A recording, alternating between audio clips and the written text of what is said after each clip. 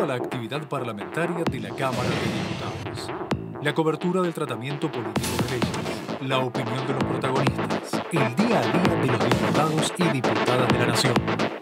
DTV, el periodismo en el Congreso, de lunes a viernes.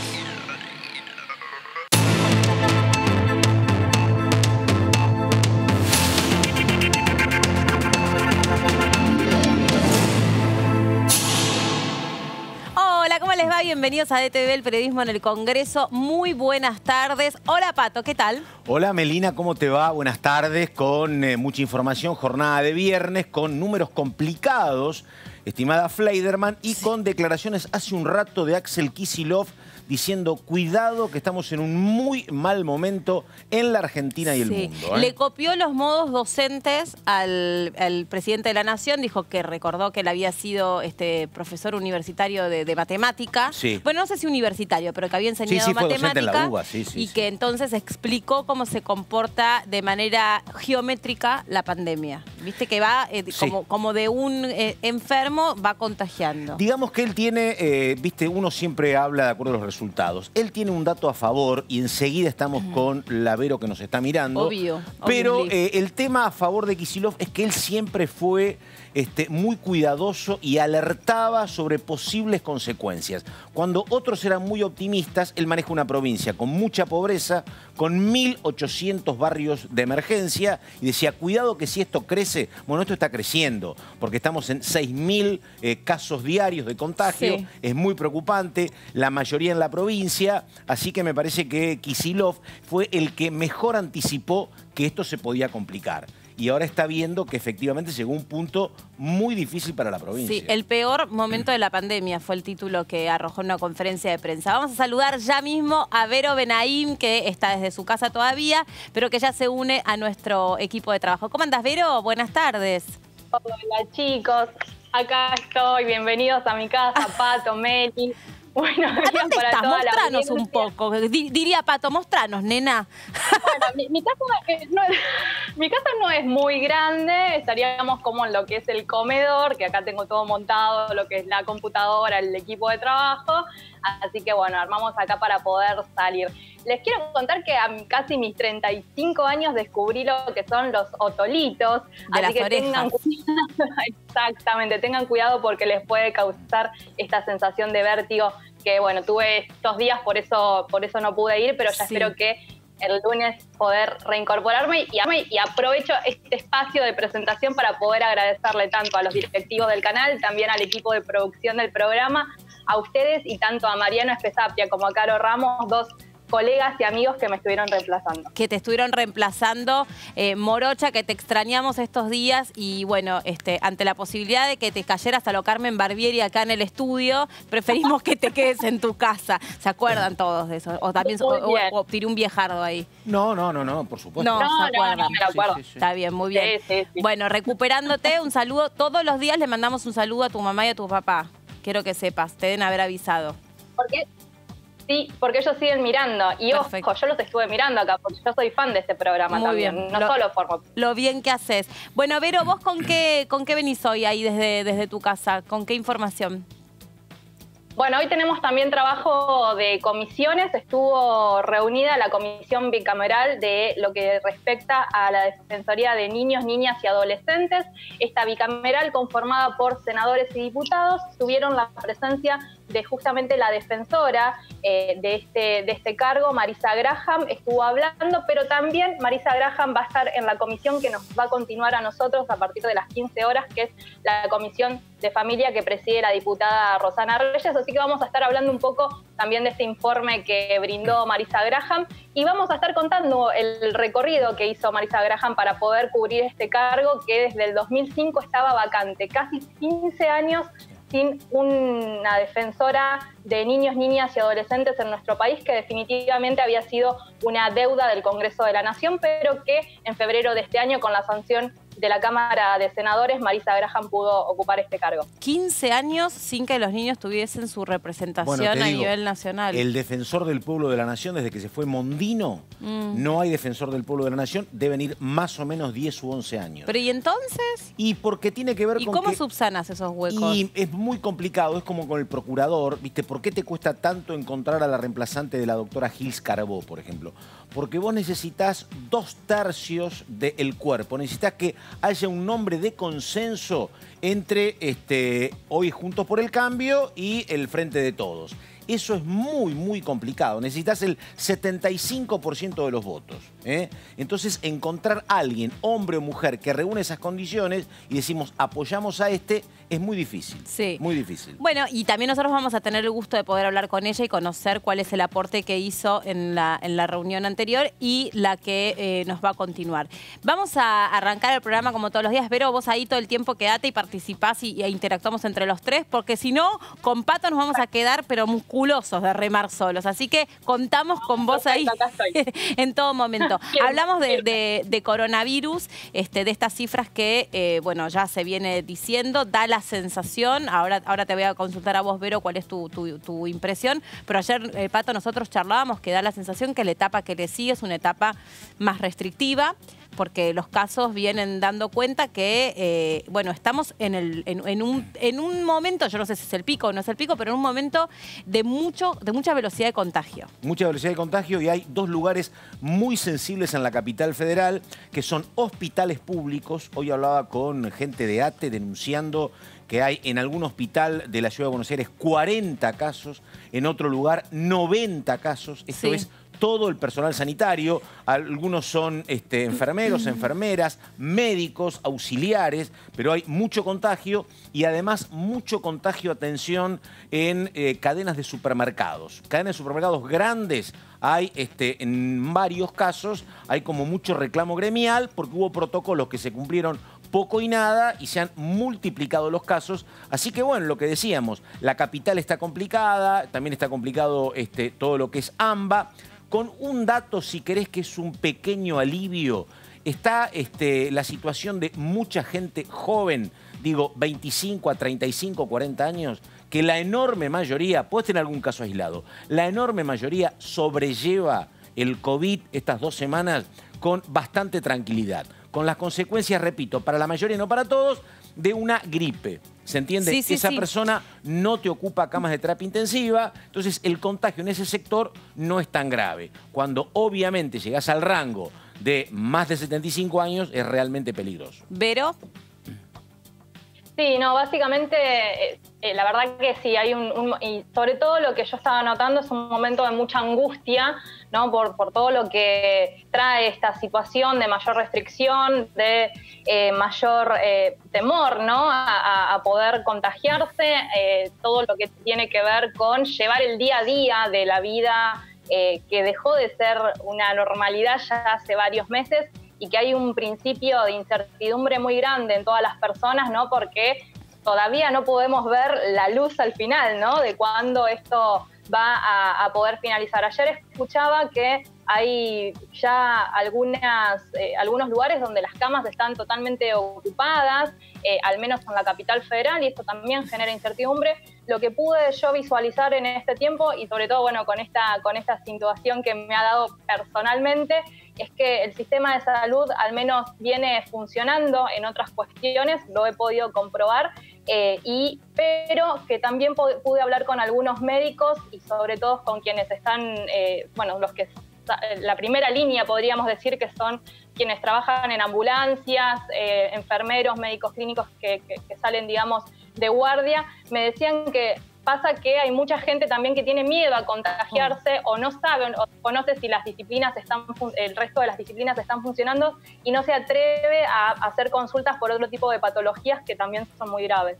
Sí, ayer nosotros lo conversábamos con el doctor Cámara, digamos que ayer o antes de ayer, ya no me acuerdo, que digamos el dato alentador es que es la edad de la población afectada durante estas últimas cifras hace que que necesariamente no te ocupe camas de terapia intensiva, pero el 80% de las camas ocupadas por terapia intensiva son por COVID. Esto también es un dato a tener en cuenta, porque uno podría interpretar que la receta de quedarnos en casa es importante porque otras enfermedades que son las estacionales, que muchas veces hacen que se ocupen esas camas de terapia intensiva, al estar en casa, los chicos no están yendo al colegio, esas otras enfermedades estacionales que podrían generar también ocupación están mucho más controladas que inviernos anteriores. Hablaste de los chicos que están en la casa. Atención, dato hoy de la provincia. Por supuesto que esto es día a día, a lo mejor cuando llega agosto la cuestión dio un giro de 180 grados y todo mejora. Pero lo que manejan hoy en la provincia, en AMBA, porque vos tenés a 100 kilómetros de la capital, a lo mejor no hay ningún problema, pero en AMBA manejan la posibilidad de que no haya regreso a las clases hasta fin de año. Sí. Es un tema muy factible. Están hablando, Pato, y en ese sentido algunos ya están hablando, al menos el ministro Trota dejó deslizar que tampoco hay especificación con respecto a marzo del año que viene.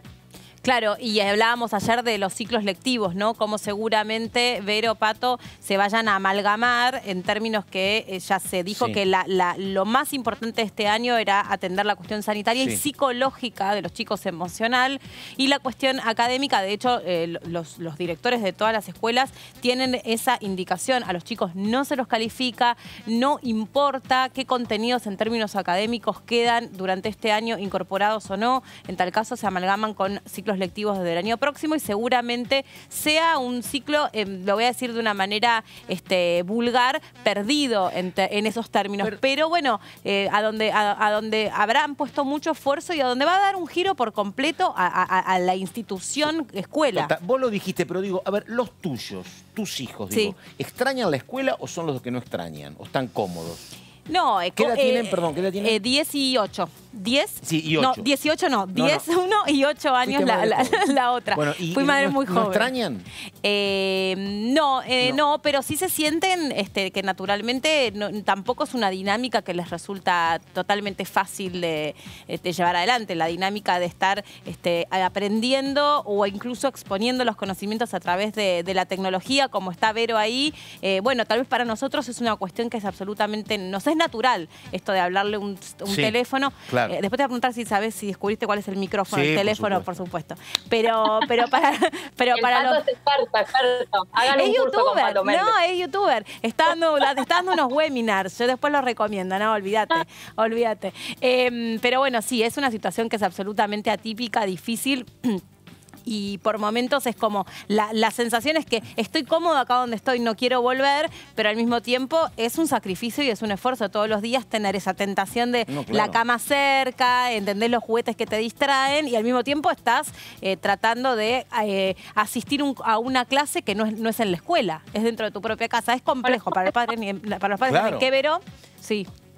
Es un momento sumamente complicado también en ese sentido. Vos preguntas, ¿los chicos quieren volver? Bueno, la verdad que hay muchos, por ejemplo, yo tengo un sobrino de 6 años que empezó este año recién primer grado y tuvo 15 días de clase nada más, ¿no? Y a partir de ahora todo remoto.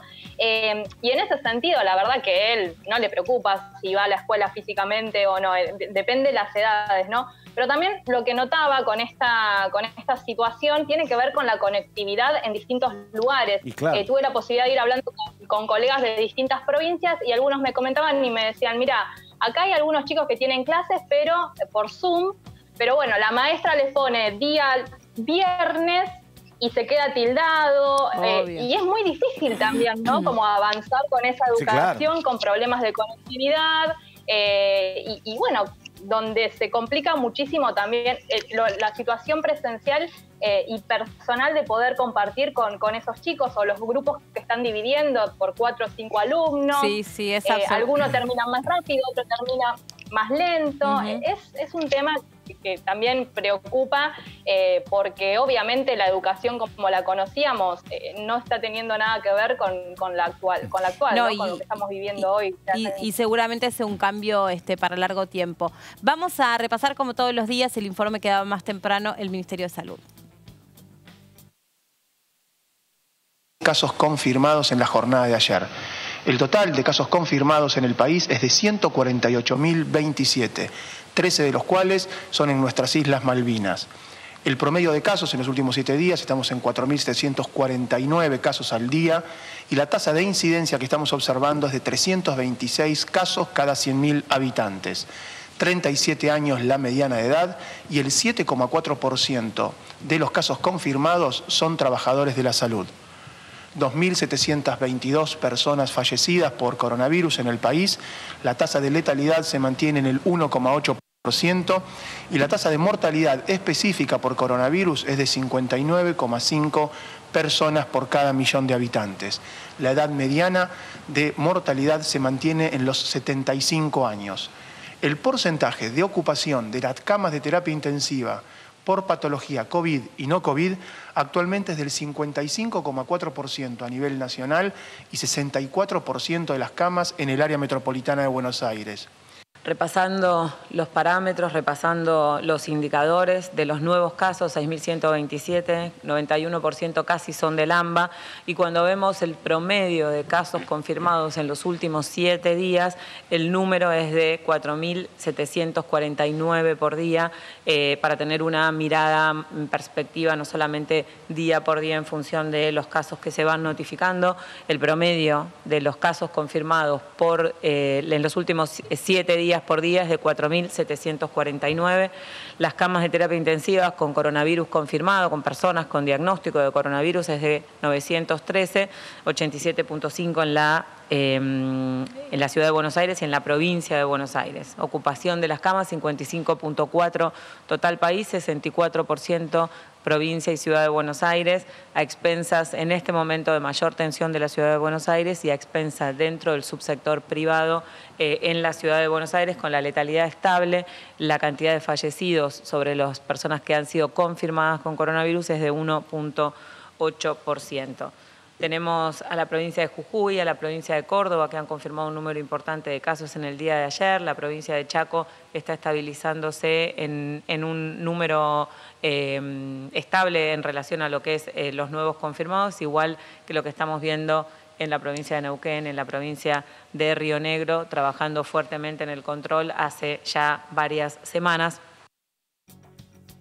Los números crecen y crecen y crecen, dicen que era esperable, que no necesariamente esta flexibilización, esta apertura de la pandemia tiene que ver necesariamente con mayor crecimiento de casos, pero que naturalmente en cuanto se empiece a estresar el sistema sanitario, a ocupar las camas y a no decrecer ese número R que está por encima de 1, entonces la posibilidad es que todo se retrotraiga y se cierre un poquito más. Por eso es cuarentena intermitente, porque puede avanzar o puede abrirse, pero también puede ir hacia atrás y cerrarse. Eso en cuanto a los números de todos los días que venimos siguiendo de cerca. Ya está conectado con nosotros Marisa Graham. Recién Vero anticipaba bueno, que estuvo presentando un informe sobre la niñez en este contexto de pandemia.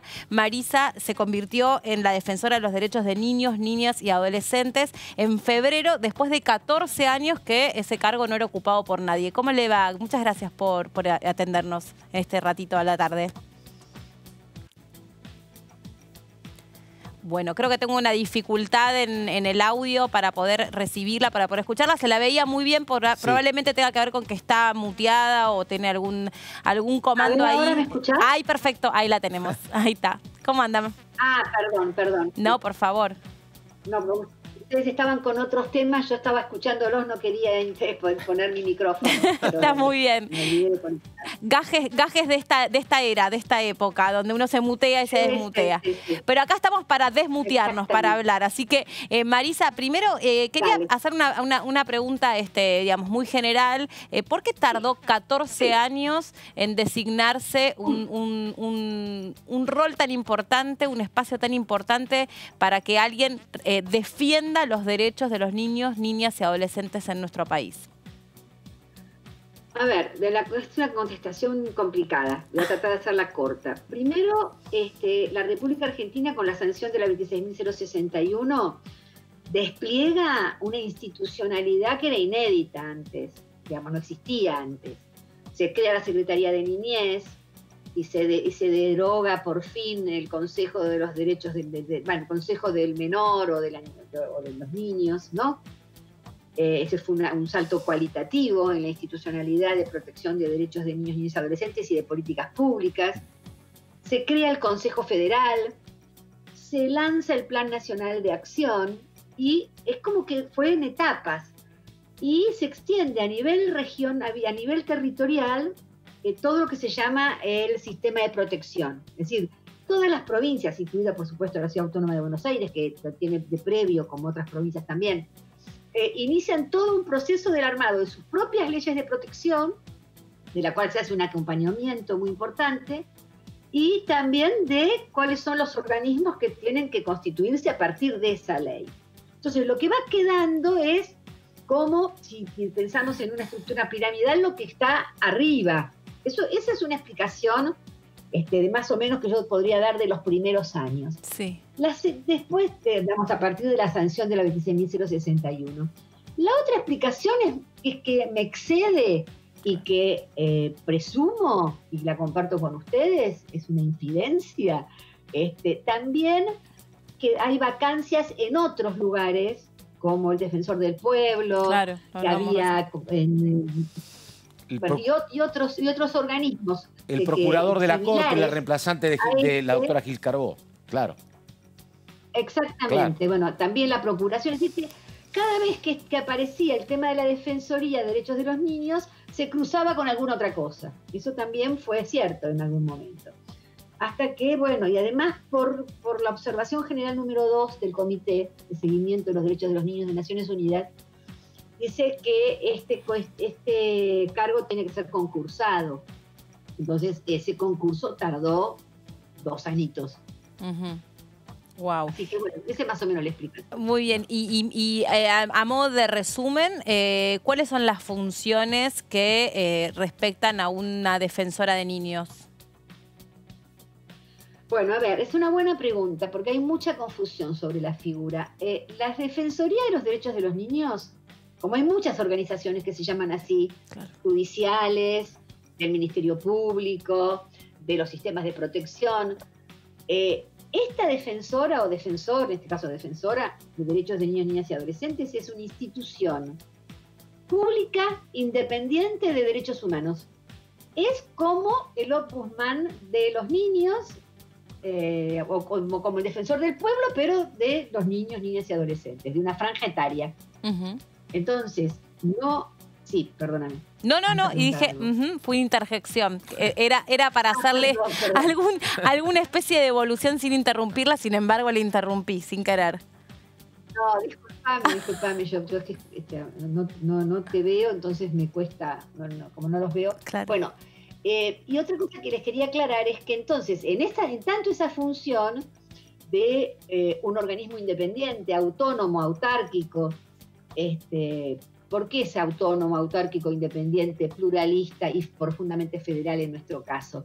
Porque su misión es controlar y monitorear que se lleven adelante políticas públicas, que se legisle y que se juzgue en forma respetuosa de los derechos de niños, niñas y adolescentes, de los derechos humanos de las niñas, niños y adolescentes que están en la Convención sobre los Derechos del Niño, en la 26.061 y en otros tratados de derechos humanos.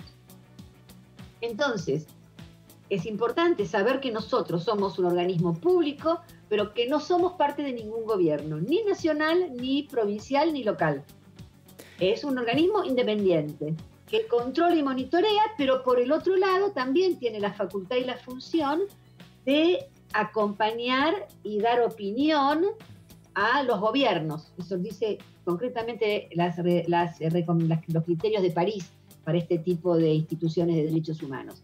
Es decir, aconsejar a los gobiernos sobre unas buenas prácticas respetuosas y garantes de los derechos humanos de la población en general y en particular en mi caso de niños, niñas y adolescentes, monitorear después y vigilar esas políticas o esas leyes o esas maneras de juzgar cuando hay involucrados niños, niñas y adolescentes, y en el caso extremo de incumplimiento nos otorga legitimación activa para exigir y judicializar los reclamos de niños, niñas y adolescentes.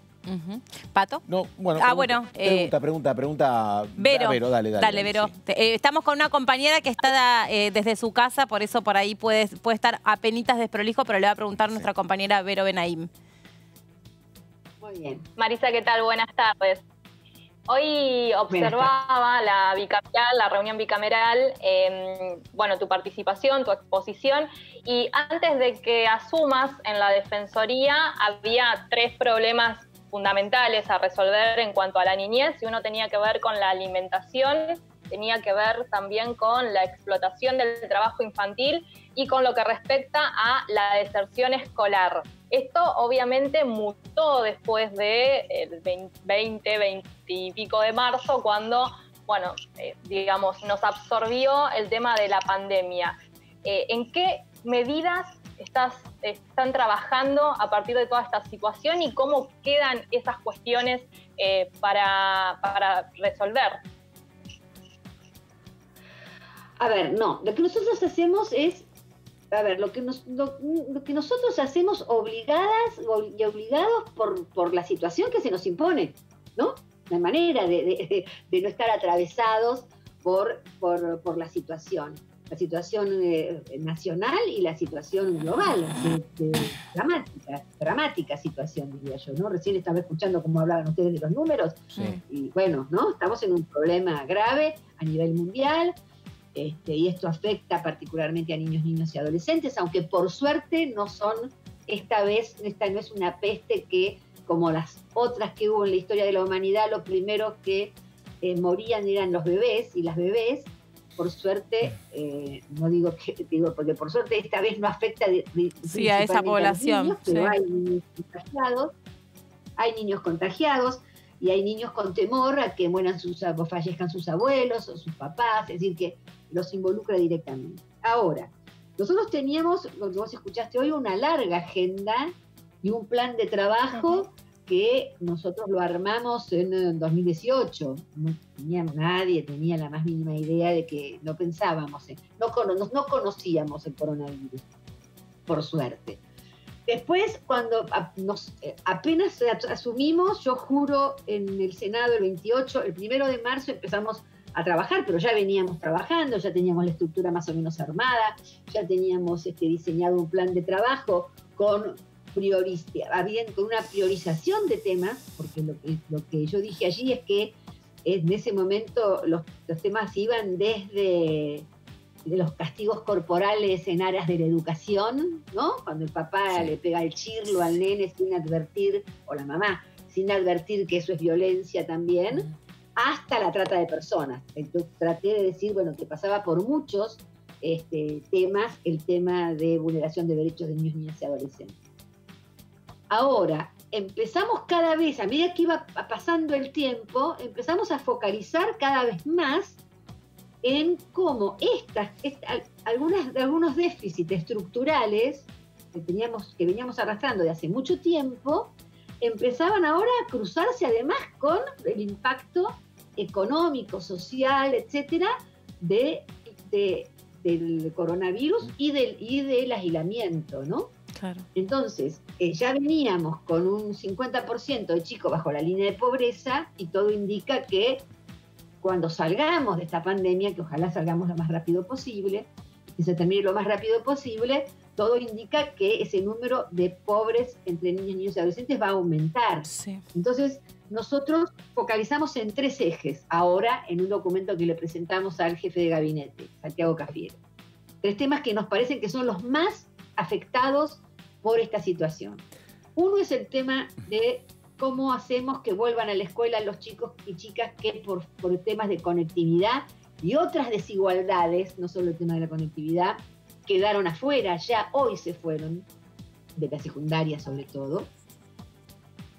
Y para eso necesitamos, yo creo, y así se lo planteé al jefe de gabinete, yo creo que tiene que ser una gesta donde todos nos involucremos para que las chicas y los chicos vuelvan a la escuela, los que se desgranaron ahora por el tema de la pandemia y los que se habían ido antes, porque ya teníamos y registrábamos antes un problema en el abandono en el secundario, en el pasaje del segundo al tercer año, producto de muchas cosas, como por ejemplo el trabajo infantil.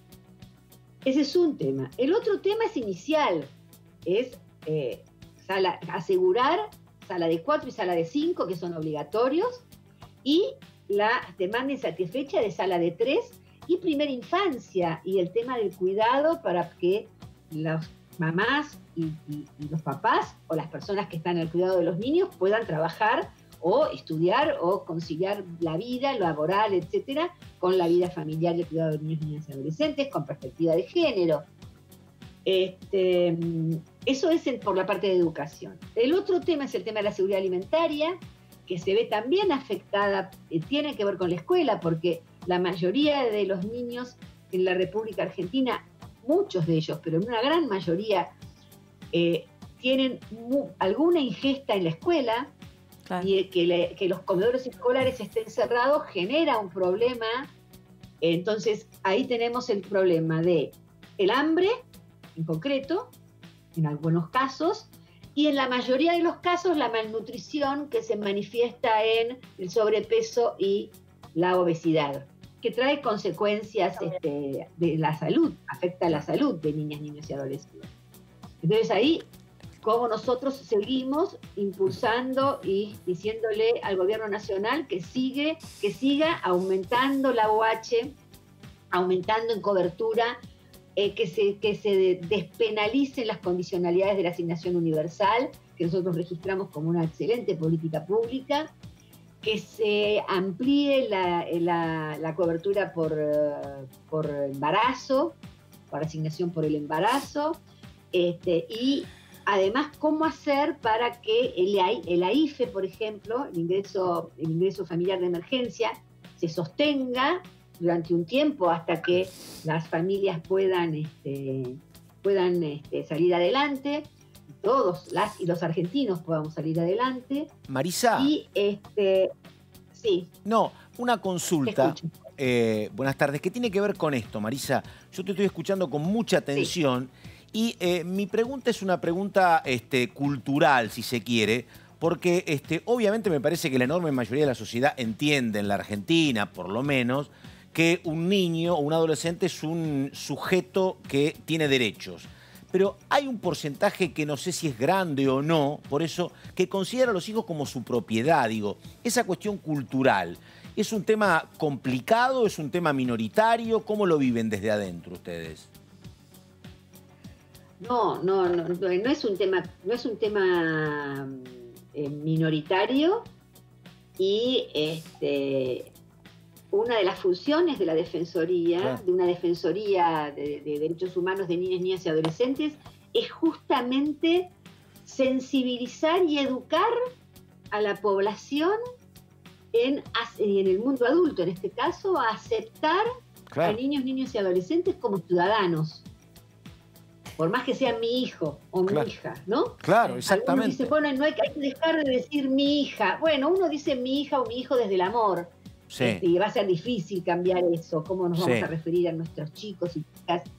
Pero no se trata solamente de eso. Se trata de, primero, admitirlo como un igual, por más que sea chiquito o chiquita, como un igual desde el punto de vista de que es un ciudadano argentino, una ciudadana argentina, por un lado, más allá de que dependa de mí, que es algo, para las mamás, que es alguien distinto a mí, es otro, que tuvo un pasaje que hay que trabajar, las mamás. Claro.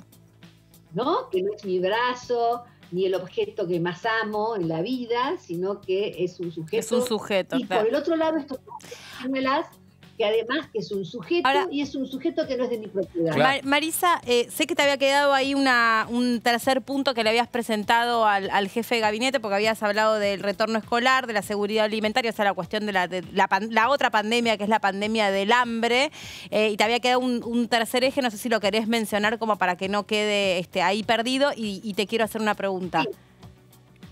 Sí, no, el tercer eje cortito es que nosotros creemos que la Argentina tiene que volver a instalar, en algunas épocas se ha instalado el debate alrededor de la renta básica para la niñez.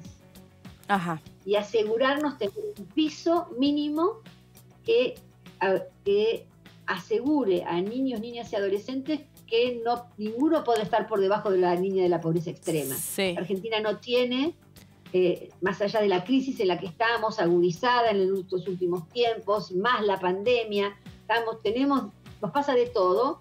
Sabemos que esos fondos no se pueden movilizar mañana, por eso no es que se lo pedimos a corto plazo, sino a mediano y largo plazo, pero sobre la base de la asignación universal por hijo, más la IFE, nosotros creemos que podemos empezar a poner arriba de la mesa la renta básica para la niñez y la adolescencia. Bien, algo muy cortito para el cierre, porque tenemos también ya una diputada que nos está esperando, que es muy importante también porque está vinculado a esto y a la comisión que nos sigue.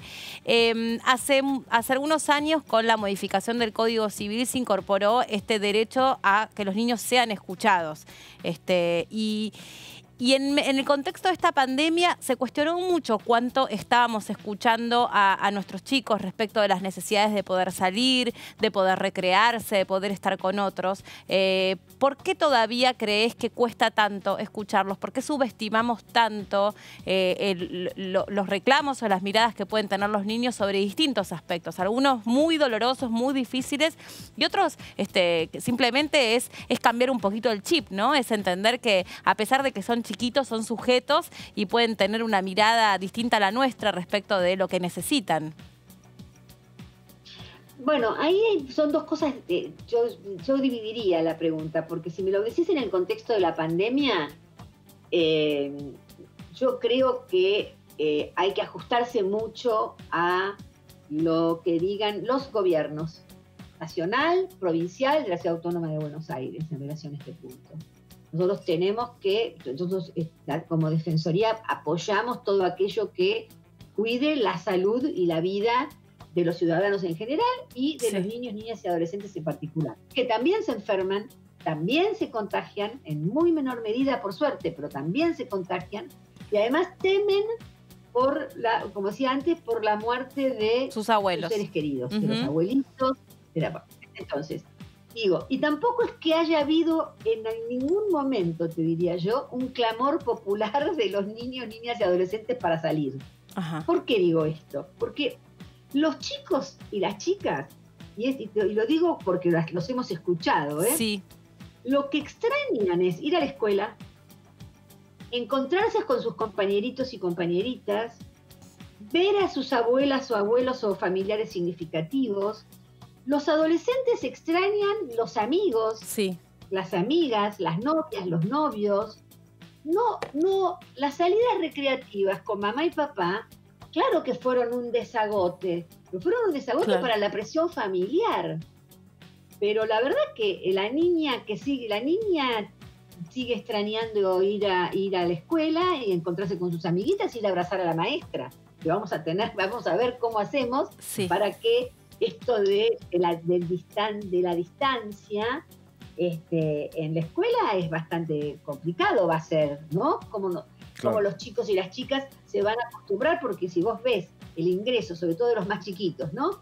Inicial y primer grado, segundo grado, entran, se abrazan entre ellos y después van a abrazar a la maestra. Obvio. Y eso es lo que esperamos. Pero de todas maneras digo que está bien escuchar a los chicos, pero también hay que cuidarlos. Claro, entonces, por supuesto. Entonces, me parece que eso es un tema. Y el otro tema es que no escuchamos por algo asociado a la pregunta anterior, porque son de mi propiedad y porque porque una frase que se decía cuando yo era chica, y porque en esta casa se hace lo que yo digo. Sí, porque lo digo yo. Claro. Marisa, la verdad que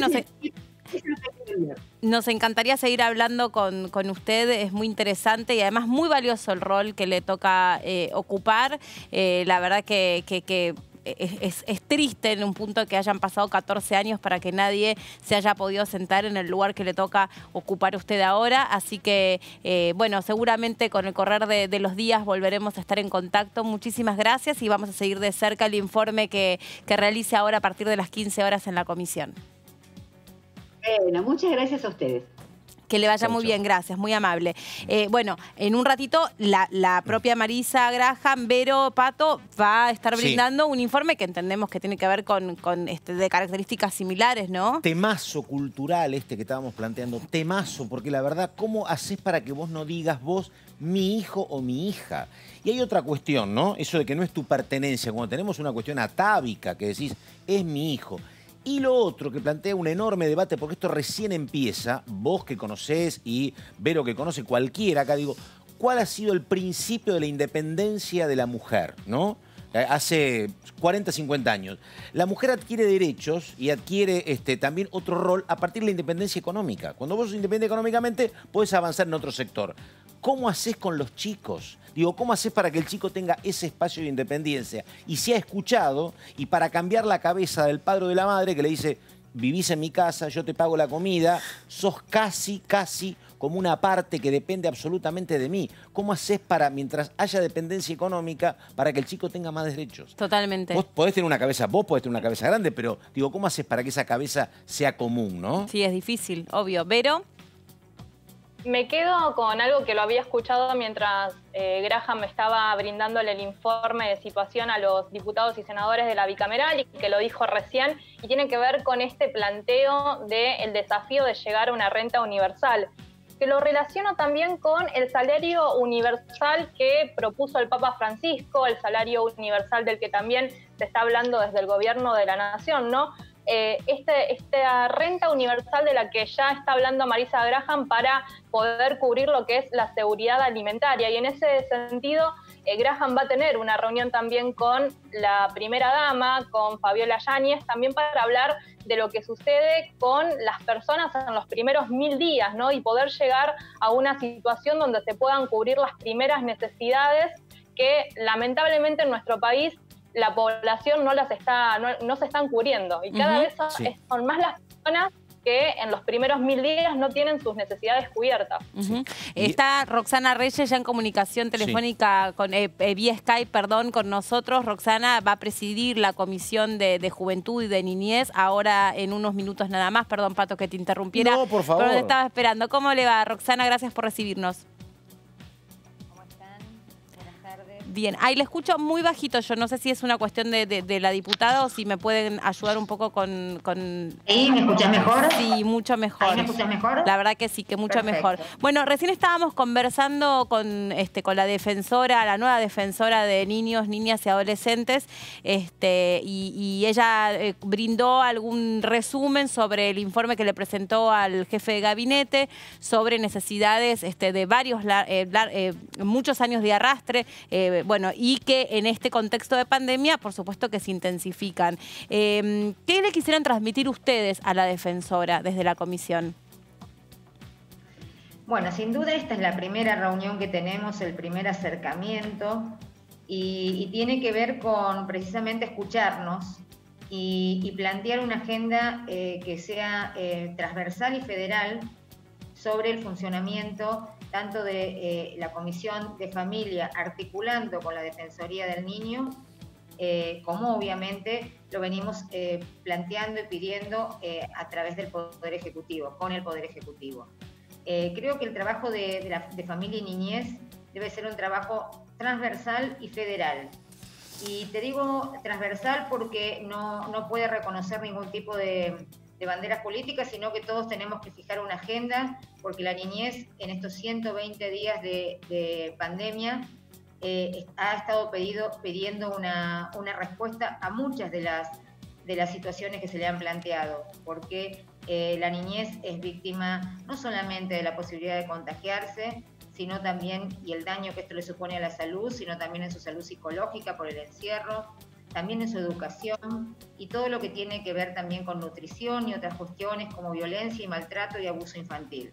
Entonces tenemos una agenda muy importante y digo que además debe ser federal y obviamente la defensora es quien va a tener la posibilidad de controlar a todos los sistemas de defensa de derechos provinciales. Tiene un papel muy importante, contamos con su apoyo y acompañamiento y le vamos a plantear lo que es nuestra agenda y lo que nos preocupa y creemos que hay que abordar con urgencia. Y decimos entonces que es federal porque las realidades que está viviendo cada niñez es diferente en los distintos lugares de nuestro país, obviamente.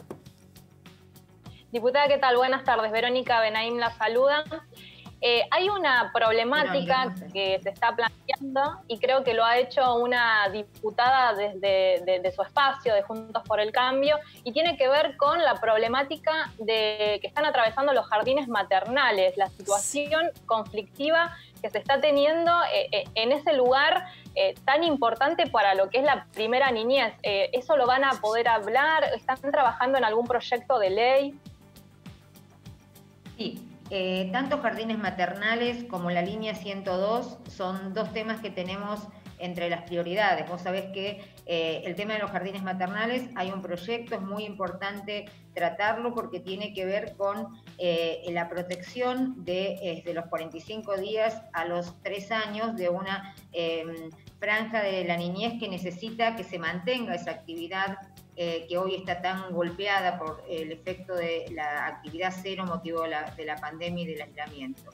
Obviamente que también tenemos otras agendas que tienen que ver con la línea 102, que es tan importante para que pueda existir un número con alcance nacional que permita a la niñez e incluso a otros referentes que se acercan a proteger a los derechos vulnerados, saber dónde denunciar, dónde pedir ayuda, esto acompañado obviamente de una aplicación y de una campaña de comunicación que debe ir de la mano. Esta y otros temas muy importantes van a ser en minutos más tratados por la defensora. Bien, diputada Reyes, gracias por este contacto con nosotros. Fue breve, pero porque la tenemos que liberar, ya que en unos minutos nada más tiene que estar presidiendo la comisión. Así que, por supuesto que vamos a estar siguiendo de cerca. Es un tema que para nosotros es central, nos interesa, nos importa. Todos los días de este programa pensamos en los chicos, preguntamos por sus necesidades y sobre todo no queremos ni un solo pibe más que tenga hambre, que pase hambre en nuestro país, sobre todo eso. Así que en un ratito nada más la seguimos en la comisión. Muchas gracias por el contacto y a disposición luego para evaluar la reunión. Bárbaro, muchísimas gracias, muy amable. Bueno, y también está con nosotros esta tarde Joaquín Ramos, Mundo Villa. ¿Cómo te va? ¿Cómo estás, Melina, Pato, Vero? Estamos bien, estamos siempre en la pelea contra el coronavirus. Ahora vamos a hablar de la ciudad de Cava, de los barrios vulnerables. Sobre todo vamos a ver un informe que hizo Guido Ledesma sobre cómo vive él en esta cuarentena en la Villa 21 de Barracas, que hoy por hoy tomó el primer puesto en el ranking de los barrios vulnerables con más contagios en la ciudad de Buenos Aires. Dale, lo vemos.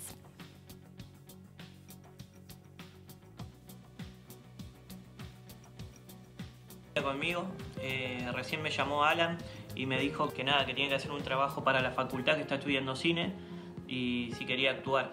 Ya tengo mi botellita de agua con alcohol para desinfectar. La gente está dando agua mineral y la merienda a toda la gente. Tenemos que hacer la nota y mostrar un poquito el trabajo que están haciendo con los vecinos del barrio. Hola, vecina, ¿todo bien? Quería factura. Ahora me queda prepararme unos mates, mientras tanto le voy a preparar la comida a Lola, que se lo merece. Miren cómo quedó. Ya le di un mordisco a una. Hoy, con el que estábamos filmando, me colgué de pagarle, pero ella me dio porque yo le dije que tenía 1000 pesos. Hoy compré, su hija me dio el vuelto y yo me quedé con los 1000 pesos y no le pagué. Le vengo a traer los 1000 pesos. No, a usted, nos vemos. Le tiré un poco de alcohol antes, pero ahora le pasamos agua. Ya tenemos toda la verdura cortada, miren. No se empañe. Acá están las empanadas. Estamos esperando hace rato. El que me está cagando a pedo es mi hermano Rodrigo. Esta es la parte donde compartimos nosotros. Porque como ellos trabajan todo el día y yo, bueno, estoy acá en casa porque estamos de cuarentena, tratamos de siempre cenar y compartir algo. También cuando estoy al pedo, vamos en cuarentena, estoy haciendo cosas que antes ponele que me gustaban y no lo hacía. Voy a ver una película argentina, me voy despidiendo, espero que les haya gustado compartir un poquito de mi vida acá en el barrio, con la gente también del barrio. Que descansen, queridos. Gracias, Guido, por permitirnos desde tus ojos, con tu mirada, ver cómo pasan la cuarentena allí en tu barrio, particularmente en tu casa. Iba a ver una película argentina, ¿cuál habrá sido? ¿Cuál título habrá elegido? No sé, pero después le vamos a preguntar y nos va a comentar. Dale. De la 21 Barracas hoy se transformó en la villa en el ranking número 1 de contagios. Y si bien lo bueno que podemos destacar, lo malo en lo que podemos destacar, en principio, es un reclamo que se está haciendo a mediados de la cuarentena, a partir de mayo, donde se pide prácticamente la presencia de una ambulancia por barrio, que esto en realidad es un reclamo histórico de las villas. Sí. Se dice, ¿por qué si en un pueblo cualquiera que tiene 10.000 habitantes tiene una ambulancia? Porque en una villa que tiene 50.000, 60.000, 70.000 habitantes no tiene ambulancia. Porque piden el llamado de asistencia a una ambulancia y tarda no 2 horas, o porque el SAME tiene miedo. En algún momento estaba la excusa de que no estaba el trazado de las calles, ¿te acordás? Cuando vos lo pedías a domicilio, estaba esa excusa, ¿no? Sí, pero la realidad es que el SAME no tiene miedo de entrar y llama a un patrullero y quiere entrar con la policía. Claro. Entonces, frente a este contexto, se hizo una propuesta de que los enfermeros y los camilleros sean del barrio. Claro. Que no sea de alta tecnología, sino de traslados. Bueno, precisamente está en proceso este pedido, se está esperando que tome reclamo. Y por otro lado, también la 21 está sufriendo y tuvo bastantes movilizaciones con el tema de la luz, que han explotado los transformadores y bueno, hay mucha más demanda eléctrica debido al invierno. Pensemos que todo lo que es el aparato... Te habla Vero, Benaim. Sí. De algún lugar del estudio. Desde el más allá. Sí, te tengo. Joaquín, ¿cómo estás? No, te quería preguntar porque estábamos hablando con Marisa Graham y bueno, hoy sin dudas en las comisiones el tema es la niñez y los adolescentes. ¿Qué problemas estás notando vos en los diferentes barrios vulnerables en los que trabajás, en los que tenés la red de personas que trabajan junto a vos? Y los problemas son muy complejos y diversos en los distintos barrios, que exceden al coronavirus desde siempre. Claro. Las necesidades, hoy uno de los temas que me parece que se encaró desde el Ejecutivo del principio de gestión, que es fundamental, que a través del Plan del Hambre, me parece que se vio colapsado, se vio tapado por el coronavirus, y si bien hay un incremento enorme de cantidad de alimentos, que es uno de los problemas más importantes que tienen los barrios, que es la comida, que es esencial, se vio opacado por la necesidad enorme que produjo esta cuarentena, Perdóname, que te Joaquín, llevó hasta los sectores más laburantes a asistir a los comedores. Hoy había un reclamo. Aquel Consejo del Hambre era donde estaba el ministro Arroyo, donde estuvo Alberto Fernández, donde estaba Marcelo Tinelli y donde estaba Martín Caparrós. ¿Te acordás que eran varios los integrantes? El tema es que preguntaban qué pasó. Ese plan se lanzó obviamente antes del 21 de marzo, cuando no había comenzado la cuarentena. Claro, es lo que decís vos. Porque la gente pensaba que había pasado. Bueno, pasó que quedó superado por el tema de la pandemia. Y aún así, digamos, este plan en algún punto se ejecutó, pero nunca da abasto ante esta situación de crisis fenomenal que lleva desde lo económico, lo alimenticio y potenció absolutamente todos los aspectos. Y después, más allá desde lo social, lo que necesita cualquier niño, salir, relacionarse y demás. Lo bueno y una noticia que salió hace poco, en relación a la 31, que era el epicentro de contagios de las villas en Capital. 31 de Retiro. De la 31 de Retiro. Claro. Recordemos la 21 de Barracas, que era la que estaba Guido, es la que está en la cancha de Huracán. Acá tenemos Callao, Vélez Arfiel, acá 25 cuadras, Barracas. Y la 31, que es la más famosa de la Argentina, es la de Retiro, la del Padre Mujica. Hoy se habla, hay muy pocos digamos, grados de contagios, grados de casos, y tenemos, por suerte, lo que se está hablando incluso del Ministerio de Salud de la ciudad, es que más de la mitad de la población tiene anticuerpos, es decir, que ya sufrió contagios y tiene anticuerpos. Más allá de que sean 1.800 los contagios en total, se habla de que un 25.000 habitantes ya hayan tenido coronavirus y se hayan curado. Cosa que, si bien el plan Detectar funcionó y se aislaron a cientos de vecinos, hoy la 31 ya habría pasado su pico. Ayer me contaban lo mismo de algunos lugares de Europa, España, Italia, básicamente en sectores jóvenes, donde hay mucho contacto. Mira, la sensación que hay es que acá hemos atravesado el COVID-19 casi todos con lo que significa una gripe leve, te dicen los jóvenes. Ahora en un ratito nos vamos a meter con eso, que ya lo vamos a recibir al doctor Alac para el final del programa, porque también hay que preguntarse cuánto tiempo duran esos anticuerpos, no es que te duran de por vida. Eso es otro tema. Bueno, gracias Joaquín, gracias por haber venido. Muchas gracias y también saludalo a Guido de nuestra parte. Le vamos a mandar un saludo. Bueno, Vero, a vos también te saludo, gracias. Y me imagino que tenés que ahora seguir los detalles de la comisión que empieza en un ratito nada más. Sí, totalmente. Bueno, chicos, gracias, un placer. Y si Dios quiere, nos volvemos a reencontrar el lunes ya en el estudio con ustedes. Derechita como va a caminar Vero cuando venga, derechita. Bueno, muchas gracias a vos, mejorate, seguir recuperándote y nos reencontramos el lunes seguramente. Ya estamos en contacto con el doctor Alac. Doc, ¿cómo te va? Gracias por recibirnos estos minutitos finales. ¿Qué tal? ¿Cómo estás? Uy, estás ahí en las penumbras. Entre la melena que no para de crecer, estás ahí acobachado. Recién hacíamos una pequeña mención respecto de esta cantidad de personas que se supone que ya han sido contagiados, tanto en Europa como recién decía Joaquín Ramos de Mundo Villa, como en algunos barrios populares, que se supone que ya fueron contagiados. Los anticuerpos de esta enfermedad, gran tema, ¿cuánto tiempo duran en nuestro cuerpo? ¿Es cierto que tiene una persona posibilidades de recontagiarse? Mira, la verdad que está bueno arrancar con esta pregunta porque esto me da pie para contarte algo muy puntual. En general hay muchísima información dando vuelta, cuestiones que dejan la duda acerca de cuál es el tiempo de duración de la inmunidad. A propósito de la vacuna nueva que se está explorando, se lograron resolver muchas de las preguntas que tenemos en este sentido y se logró identificar que hay dos tipos de inmunidades distintas. Una es la inmunidad celular y otra es la inmunidad humoral, es decir, pasándotelo limpio. Una tiene que ver con células y otra tiene que ver con anticuerpos. ¿Sí?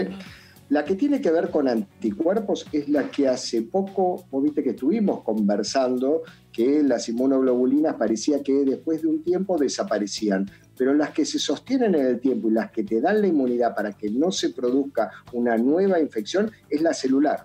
Eso es lo más interesante de toda esta cuestión. Por eso es tan importante el plasma. Por eso es tan importante el plasma, exactamente, porque no es solamente que vos le transmitís, como dijimos alguna vez, dentro de este gran océano, los peces, ¿no? Sí. Es decir, todos los anticuerpos que vayan a trabajar para defender a la persona. Doctor, una consulta. Usted tiene la ventaja de que es especialista en temas cardíacos, no es infectólogo, y por eso a lo mejor tiene más margen para explicar esto. Ayer hablábamos con un colega suyo, con el doctor Camer, y decía, la verdad, en mi fuero interno, decía el doctor, yo estoy preocupado porque yo me imaginé siempre que al final de esta película íbamos a tener por lo menos un 10-15% menos de los casos que ya tenemos, y todavía lo que falta. En el fuero interno del doctor Alac, ¿también le parece que los números se le han disparado más de lo que imaginaba o no, doctor? No, mira, yo tengo la sensación, está muy bien lo que planteas. Yo tengo la sensación que los resultados que vamos observando son los resultados que se venían proyectando. Por supuesto que esto maneja un rango. A ver, si vos me decís cuál es la tasa probable de ocurrencia de un determinado evento, vos siempre trabajás con un par de desvíos estándar para decir, me muevo en este rango. La realidad es que hoy por hoy seguimos teniendo casos, seguimos estando literalmente en el ojo de la tormenta, estamos atravesando la ola alta, hay que poder surfearla, hay que poder atravesarla, y no pareciera ser que por el momento estamos en una situación crítica donde haya que salir a dar un mensaje de desesperación. Para nada, el sistema de salud hoy por hoy sigue estando en condiciones de responder a eso. No, y naturalmente, digo, hay gente que a lo mejor es más optimista que otros, pero yo siempre le decía a Melina la verdad, que Kicillof, el gobernador, tal vez porque conocía mucho el terreno donde está trabajando, siempre fue escéptico y siempre dijo, cuidado. Siempre fue más, nunca fue optimista. Proclive a cerrarse que abrir. Dijo, esto tengamos siempre mucho cuidado porque tenemos 1.800 barrios muy carenciados. Decía, así que sí, efectivamente. Lo que pasa es que uno, la verdad, no sé qué te pasaba a vos, Meli, yo como tuvimos tanto tiempo de los números bastante controlados, siempre eran menos de 1.000 casos, cuando llegamos a 6.000, obviamente me parece que uno se conmociona un poco, ¿no? Sí, claro, obvio. Los números te despabilan. A ver. Permitime decirte una cosa, Pato, sobre esto. Sí. Está bien como lo estás enfocando. La realidad es que personalmente pertenezco a esa generación que trabaja basada en la evidencia. Y la evidencia me dice, en este caso los datos, la información me está diciendo que lo que está ocurriendo era algo que era previsible. Sí. No es nada que no estuviera pensado que podía ocurrir. Siguen aumentando los casos porque, bueno, hay un montón de variables que se imbrican en todo esto. No es solamente que hay una cuestión de contagio, hay situaciones de mayor vulnerabilidad social.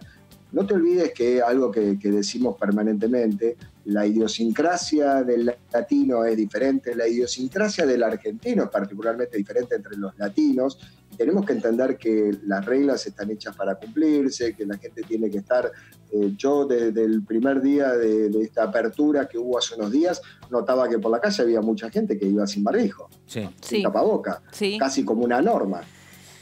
Y bueno, en Estados Unidos tuvieron que salir algunas personas del mundo del jet set y del espectáculo a hacer una campaña pro barbijos, algo que no entra en la cabeza de alguien que esté mínimamente en sus cabales. Te están diciendo que es la manera, no, digamos, ni siquiera de cuidarte a vos, de cuidar al resto, pero... Escúchame, también existen los movimientos antivacuna y uno dice, ¿de dónde han sacado la información para decir que no hay que vacunarse y no se vacunan y no vacunan a sus hijos, que es lo peor?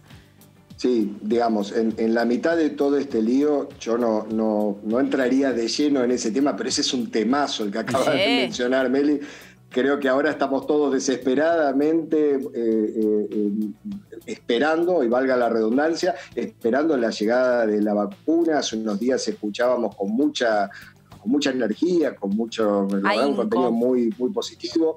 El día lunes, con ahínco exactamente, el lunes se publicó en el Lancet los resultados preliminares de las fases 1 y 2 de la vacuna de Oxford, la ChAdOx, así se le identifica, porque es un adenovirus del chimpancé, de ahí el nombre, ChAdOx y Ox de Oxford.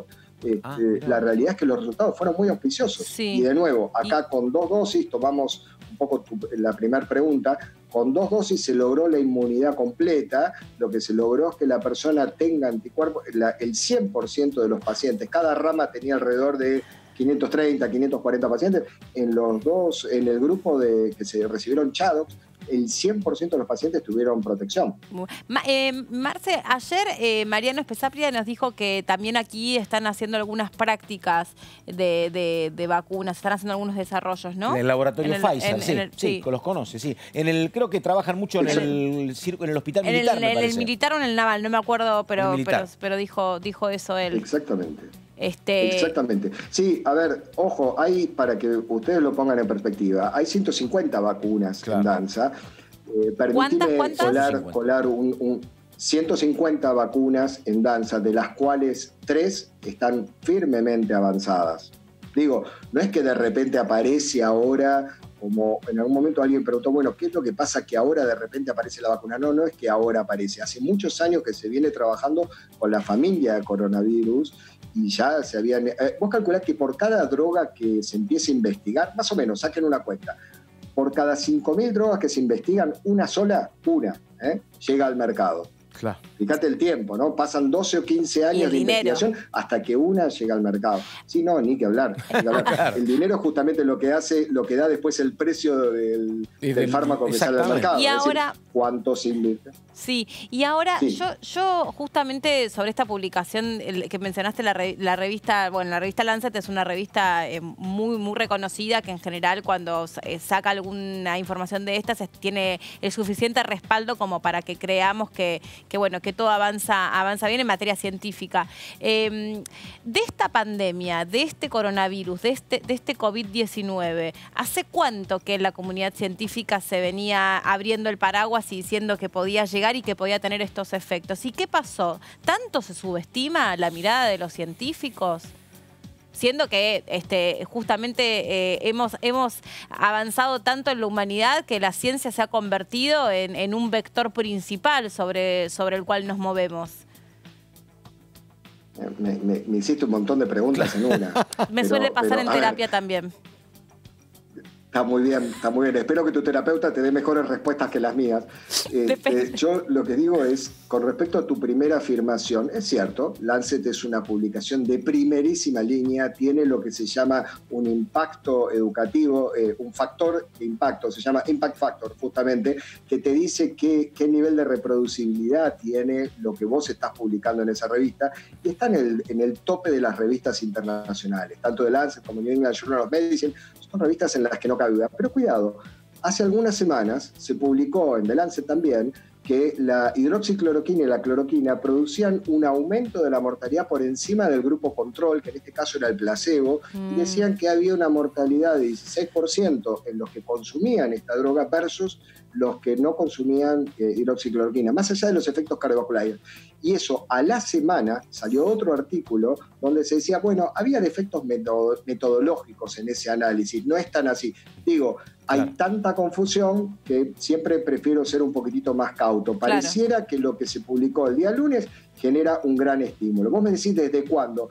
La realidad es que la ciencia viene trabajando hace muchísimo tiempo. Yo te decía recién, una droga de cada 5.000 llegan al mercado. ¿Y sabés cuánto tiempo lleva todo ese proceso?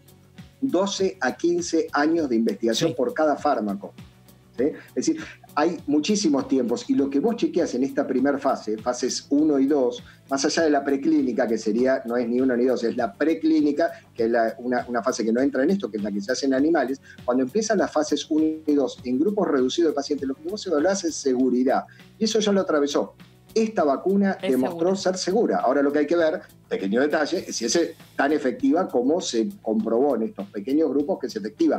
Eso es la fase 3, eso es lo que se está haciendo en este momento. Eso ¿Cuándo sería se aprueba como la vacuna? Cuando atraviesa exitosamente la fase 3. Claro, eso sería como pasar de la encuesta a la elección. A veces la encuesta con un universo muy chico te dice, mira, gana fulano sutano. Generalmente, digo, ponele que aciertan, pero después cuando hay que contar los millones de votos, no siempre lo que dice la encuesta, que es esta muestra de la vacuna, tiene los mismos resultados, ¿no, doctor? ¿Por ahí va más o menos? Es un lindo ejemplo, es un lindo ejemplo, y te digo por qué es un lindo ejemplo. Lo voy a tomar para contarte. Cuando vos terminás la fase 3, que son, estamos hablando de miles de pacientes, insisto en este concepto, ¿no? Los grupos chicos de fase 1 y 2, miles de pacientes en fase 3 para determinar la eficacia. Es decir, para saber si una droga es segura, yo no necesito miles de pacientes que tengan eventos adversos. Si yo veo que en pocos pacientes no hay eventos adversos, ya puedo pasar a la siguiente fase y empezar a estudiar eficacia. Por supuesto que se sigue evaluando seguridad, no te quepa la menor duda. El problema es cuando lo que vos estás buscando detectar como efectos adversos o eventos adversos serios es muy bajito.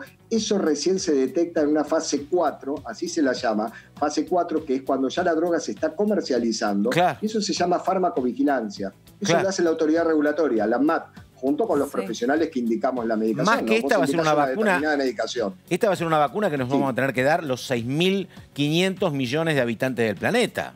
Ese es el otro tema, ¿no?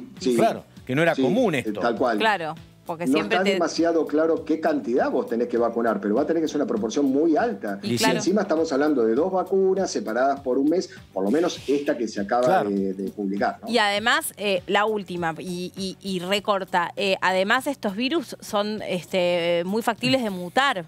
Entonces, por ahí vos destinaste un montón de años para diseñar esta vacuna, que supongamos que sea finalmente la de la Universidad de Oxford, y después resulta que mutó un poquito y tenés el COVID-20.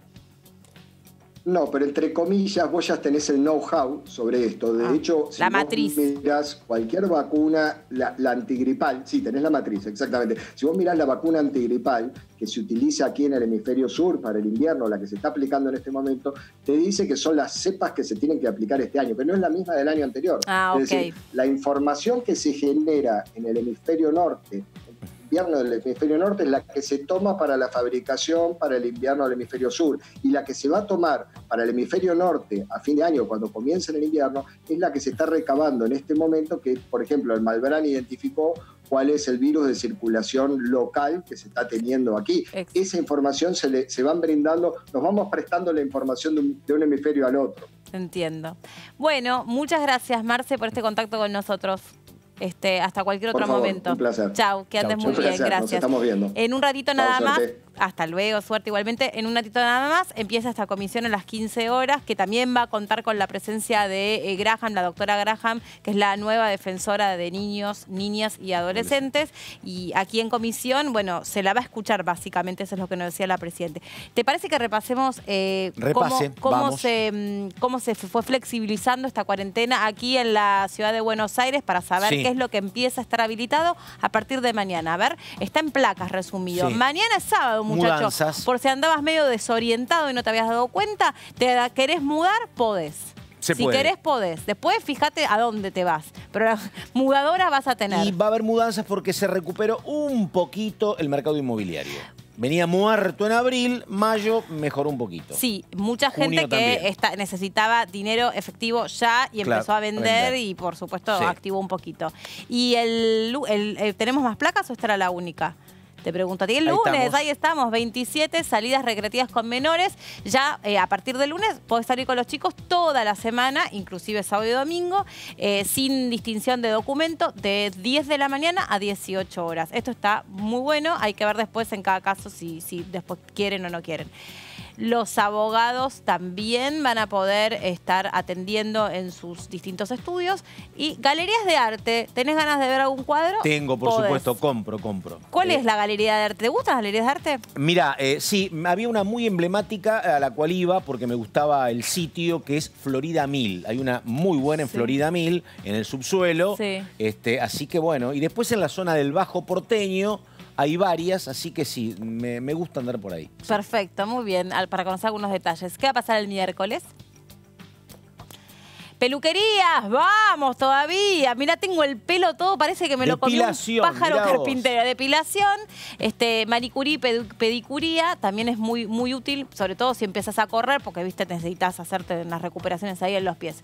Psicólogos, psicopedagogos, terapistas ocupacionales, todos van a poder atender en sus consultorios. Kinesiólogos que trabajan con trastornos del neurodesarrollo para la tercera edad y fonoaudiólogos que también trabajan con trastornos del espectro autista. Hasta aquí hemos llegado nosotros. Bueno, Meli, querida, un gusto. Fin de semana, portate mal, Meli, y nos vemos el próximo lunes. Dale, el lunes nos reencontramos y Vero, también recupérate, te esperamos acá el lunes. Se quedan ustedes con el trabajo de la Comisión de Niños y Adolescentes que ya está empezando en este momento. Chau.